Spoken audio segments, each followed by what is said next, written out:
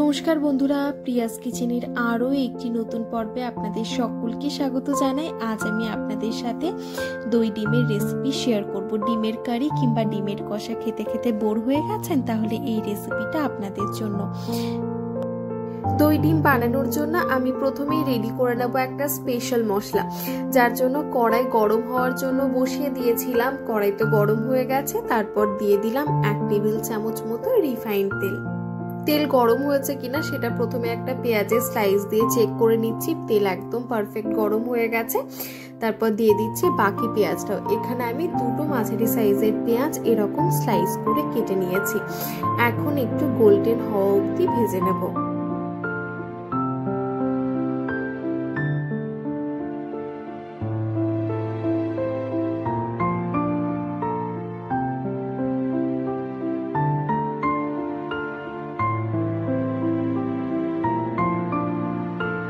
তারপর দিয়ে দিচ্ছি 20 কোয়া মতো রসুন। এখানে ছোট বড় মিলিয়ে আমি 20 কোয়া রসুন নিয়েছি। তারপর দিয়ে দিলাম দুটো কাঁচা লঙ্কা আর 12টা মতো কাজু বাদাম। এখন পেঁয়াজের সাথে রসুন, লঙ্কা আর কাজু বাদামটাও একদম গোল্ডেন ব্রাউন করে ভালো মতো ভেজে নেব।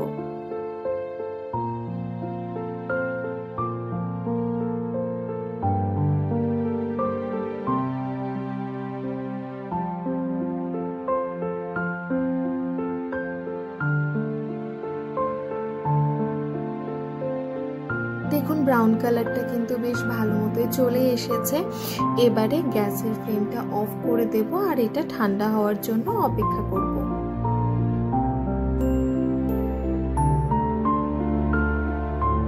ঠান্ডা হয়ে যাওয়ার পরে নিয়ে নিয়েছি একটা ছোট সাইজের মিক্সার গ্রাইন্ডারে। তারপর এবারে মিক্সার গ্রাইন্ডারে ঢাকা লাগিয়ে এটার একটা মিহি পেস্ট প্রথমে বানিয়ে নেব।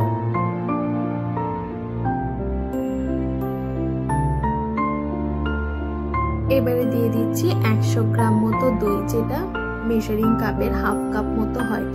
তো এটা দিয়ে আবারও একটা মিহি ব্লেন্ড করে নেব। যে কড়াইতে আমি পেঁয়াজ, রসুন, কাজু বাদাম আর কাঁচা লঙ্কাটা ভেজেছিলাম, সেই কড়াইতে আমি পরে রান্নাটা করে নিচ্ছি। তাই জন্য ওই কড়াইতেই দিয়ে দিলাম আরো 1.5 টেবিল চামচ মতো রিফাইন্ড তেল। কড়াইতে তেল ভালো মতোই গরম হয়ে গেছে, তারপর দিয়ে দিলাম 6টা সেদ্ধ করে রাখা ডিম। এবার তেলের মধ্যে দিয়ে দিচ্ছি স্বাদ অনুযায়ী লবণ, একদম সামান্য একটু হলুদ গুঁড়ো আর খুবই সামান্য কাশ্মীরি রেড চিলি পাউডার।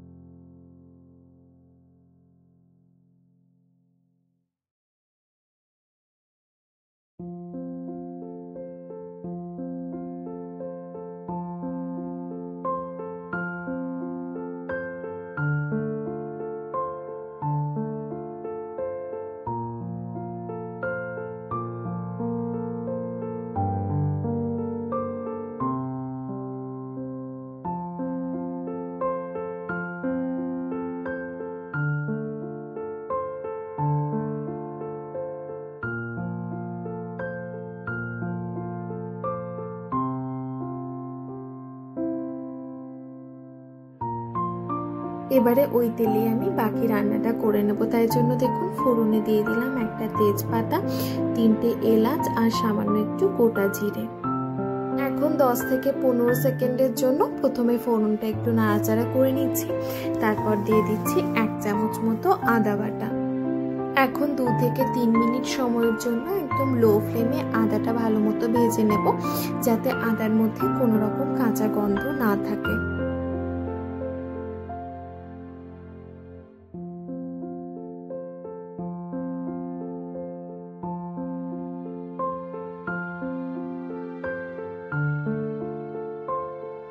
এবারে দিয়ে দেবো আগের থেকে করে রাখা পেঁয়াজ, রসুন, কাজু বাদাম আর লঙ্কা, সাথে দইয়ের পেস্টটা। এই সময় গ্যাসের ফ্লেমটা একদম লোতে রাখতে হবে আর এরকম ভাবে কন্টিনিউ নাড়তে থাকতে হবে।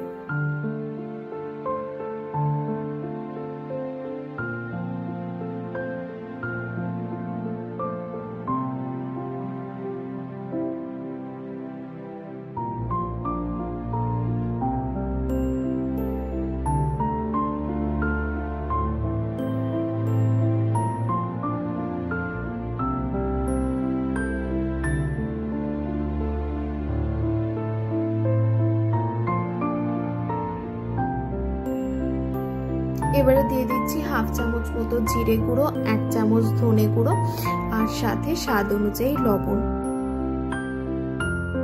এবারে শুকনো মশলাগুলো ভালোভাবে মিশিয়ে নিচ্ছি। তারপর কিন্তু ঢাকা দিয়ে আমি মশলাটা কষিয়ে নেব 10 থেকে 12 মিনিটের জন্য একদম লো ফ্লেমে।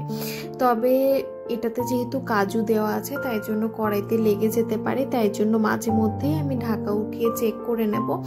আর প্রয়োজন অনুযায়ী আমি এর মধ্যে একটুখানি গরম জলও অ্যাড করে দেবো।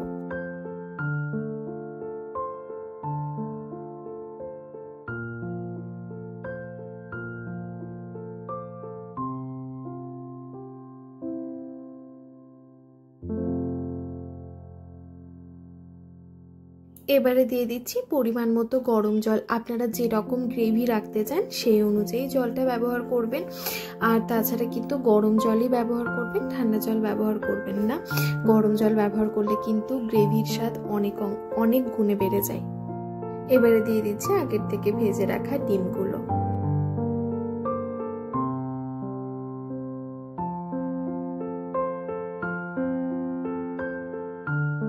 এবারে দিয়ে দিচ্ছি হাফ চামচ মতো গুড়ের পাউডার। এখানে টক দই দেওয়া আছে তো তাই জন্য স্বাদটা ব্যালেন্স করার জন্য গুড়ের পাউডারটা দিলাম। আপনারা চাইলে হাফ চামচ থেকে 1 চামচ অবধি পাউডারটা দিতে পারেন।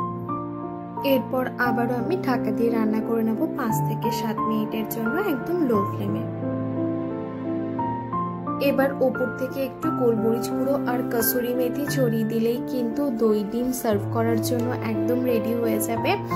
দারুণ লাগে এটা খেতে। আপনারা একবার অবশ্যই এরকম ভাবে বাড়িতে কিন্তু ট্রাই করে দেখবেন। আর কেমন লেগেছে আপনাদের সেটা কিন্তু অবশ্যই কমেন্ট বক্সে জানাবেন। ভালো লেগে থাকলে ভিডিওটা একটা লাইক আর বন্ধুদের সাথেও একটু শেয়ার করে দেবেন। আর চ্যানেলটা এখনো সাবস্ক্রাইব করে না থাকলে সাবস্ক্রাইব করারও অনুরোধ রইল।